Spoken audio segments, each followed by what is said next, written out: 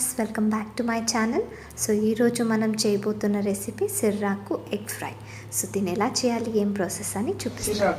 So దీంట్లో మనం ఒక 3 to 4 ఆనియన్స్ తీసుకున్నాము, తెల్లగడ్డ తీసుకున్నాము, తర్వాత 2 పచ్చిమిర్చి. సో మీకు కారం ఎంత కావాలో అంత సరిపడా మీరు తీసుకోవచ్చు. ప్లస్ 6 ఎగ్ తీసుకున్నాను. సో దీన్ని ఎలా చేయాలి, ఏం ప్రాసెస్ అని మీకు చూపిస్తానండి. సో ఒక 3 to 4 table spoon of oil, కొంచెం ఎక్కువగానే తీసుకుంటున్నాను. ఫస్ట్ దీంట్లో పచ్చిమిర్చి వేసుకుంటున్నాము.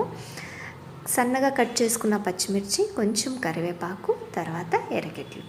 సో ఇవన్నీ ఫ్రై చేసుకొని గోల్డెన్ ఫ్రై అయ్యేంత వరకు మనము మగ్గించుకోవాలండి.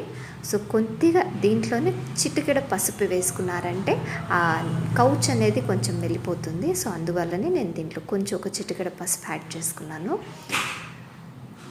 చూస్తున్నారు కదా ఎంత స్మాల్గా కట్ చేసుకున్నామో. సో చిన్నగా కట్ చేసుకున్నారంటే చాలా టేస్టీగా ఉంటుందండి. సో ఈ విధంగా మీరు కట్ చేసుకొని నీట్గా షాలో ఫ్రై చేసుకున్నారంటే ఆ పచ్చివాసన పోయేంత వరకు ఫ్రై చేసుకోండి. సో దాని వెంటనే మనము నీట్గా కట్ చేసుకొని పెట్టుకుంటే సిర్రాకుని దాంట్లో యాడ్ చేసుకుంటున్నాము. కొంచెం గోల్డెన్ బ్రౌన్ అవుతే కూడా చాలండి. సో దాంట్లోనే వేసుకొని బాగా నీట్గా ఫ్రై చేసుకోవాలి. కొద్దిగా ఆకులు వేసుకొని ఫ్రై చేసుకోండి, అప్పుడు చాలా టేస్టీగా ఉంటుంది. ఒకేసారి వేసుకొని హై ఫ్లేమ్లో పెట్టుకున్నారంటే బాగుండదు. సిమ్లానే పెట్టుకొని మీరు నీట్గా ఫ్రై చేసుకోవాలి.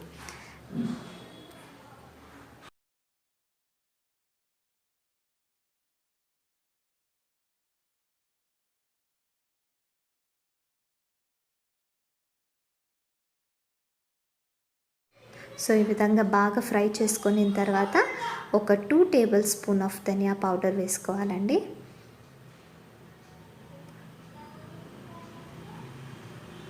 మీకు ఎంత కావాలో అంత సరిపడంత వేసుకోవాలి.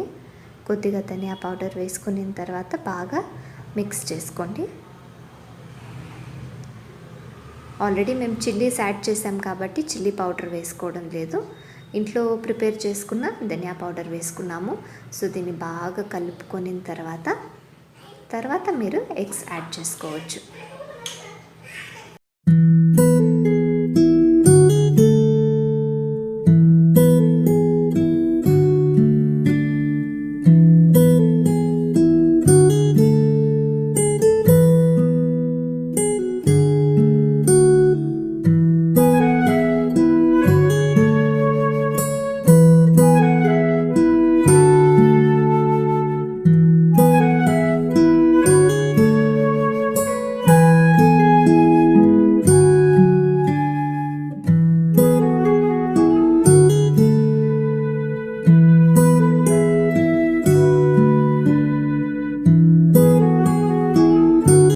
సో అంతే అండి, ప్రాసెస్ అయిపోయింది.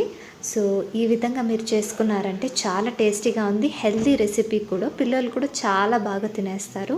కూర కొద్దు అని చెప్పి గొడవ చేస్తూ ఉంటారు కొంతమంది. సో మీరు ఈ విధంగా చేసి పెట్టారంటే పిల్లలు కూడా ఇష్టంగా తింటారు. ఒకసారి ట్రై చేసి ఎలా ఉందో నాకు చెప్పండి. సో దీనికి కాంబినేషన్ వచ్చేసి రైస్, తర్వాత పప్పు, అవుట్లే కూరాకు. సో ఈ విధంగా మీరు చేసి పిల్లలకి తినిపించారంటే ఫ్యాన్ అయిపోతారు. ఓకే, సో నెక్స్ట్ వీడియోలో కలుద్దామండి. బాయ్.